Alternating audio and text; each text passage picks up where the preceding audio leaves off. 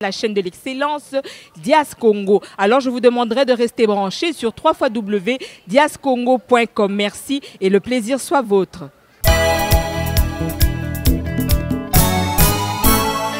Eh bien, nous avons encore, en tout cas, l'opportunité de recevoir M. Jean-Paul Bofunda du PDN qui est avec nous, qui est venu, en tout cas, participer à cette grande organisation citoyenne, tout simplement pour le bien-être du peuple congolais et de l'Afrique, si on peut se le dire.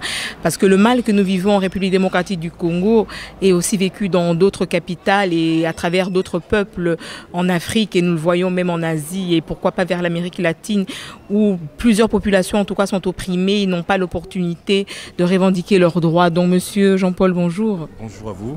En tout cas, nous sommes vraiment heureux de vous recevoir et d'avoir votre impression par rapport à cette 4e organisation aujourd'hui et par rapport aussi à la marche que nous sommes en train d'organiser pour le 4 juin prochain. D'après ce qu'on est en train d'entendre un peu partout au niveau de la diaspora, on est en train de dire que le mal congolais s'incarne dans la personne du président de la République, Joseph Kabila. Est-ce que vous croyez qu'un homme en lui-même peut être un mal ou bien disons une tare pour notre nation, ou bien c'est peut-être aussi qu'il est mal entouré, qu'il a de mauvais collaborateurs, de mauvais conseillers? Je sais que c'est une question un peu chaude, mais je voudrais aussi que vous répondiez non à chaud mais à froid. C'est-à-dire que c'est difficile de... Enfin, je peux répondre facilement à cette question, oui. Mais il faut expliquer pourquoi on considère que Kabila c'est le mal. Et je dirais simplement ceci, c'est qu'il faut partir des origines de la crise congolaise. Qui n'ont pas débuté à partir de lui. Non, qui n'ont peut-être pas débuté à partir de lui, mais ce que nous connaissons aujourd'hui, nous ne l'avons jamais connu auparavant. C'est la première fois que notre pays fait l'objet d'une occupation étrangère. C'est la première fois que... Il y avait déjà peut-être, le peuple congolais n'était pas au courant, mais même à l'époque de Mobutu, déjà ils avaient des incursions de l'armée du Seigneur vers le côté de Mutuanga, Benito et consorts.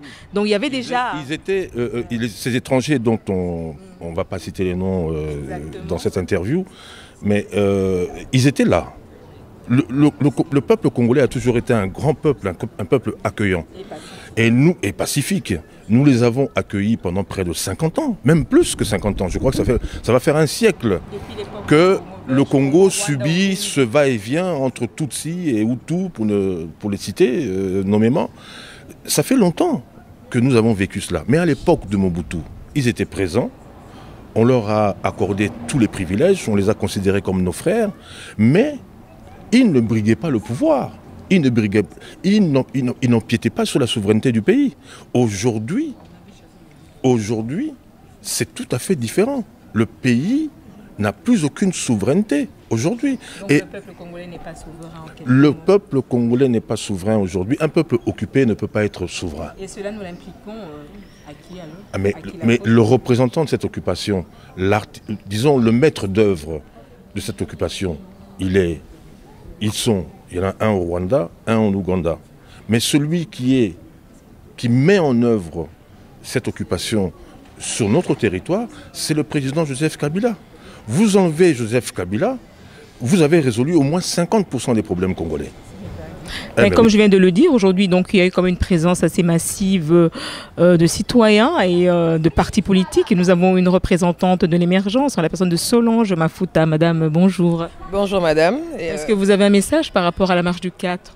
J'ai un message qui est bref, mais qui est très important. Donc j'appelle vraiment tous les Congolais à s'unir, à marcher ensemble, à marcher d'un même front, pour une cause qui est très très importante, qui est pour nos frères et sœurs de Béni qui sont victimes sans avoir choisi. Donc il faut à un certain moment que nous puissions être conscients, que nous puissions nous lever et que nous puissions faire des choses ensemble pour une seule cause. Donc voilà, alors j'appelle tout le monde, venez le 4 à partir de 13 h à la porte de Namur. Nous allons marcher, nous allons nous faire entendre, nous allons être nombreux. Et puis bon, pour les gens qui pensent que les Congolais sont incapables de faire des choses en communauté, ils verront que la communauté congolaise, elle sait parler, elle sait se mettre debout et qu'elle sait être dans l'action et pas toujours dans la réaction. Voilà.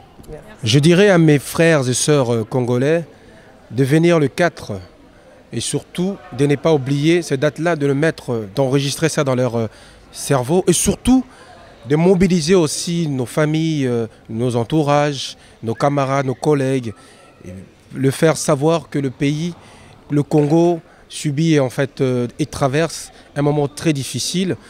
C'est pour cela nous prenons, nous, Congolais, le courage de mobiliser, de dire à tout le monde qui n'était pas aujourd'hui de venir le 4 à Port de Namur.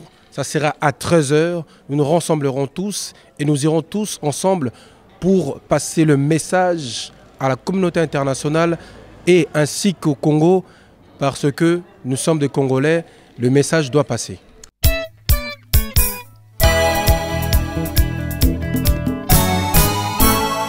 La chaîne de l'excellence Dias Congo. Alors je vous demanderai de rester branchés sur www.diascongo.com. Merci et le plaisir soit vôtre.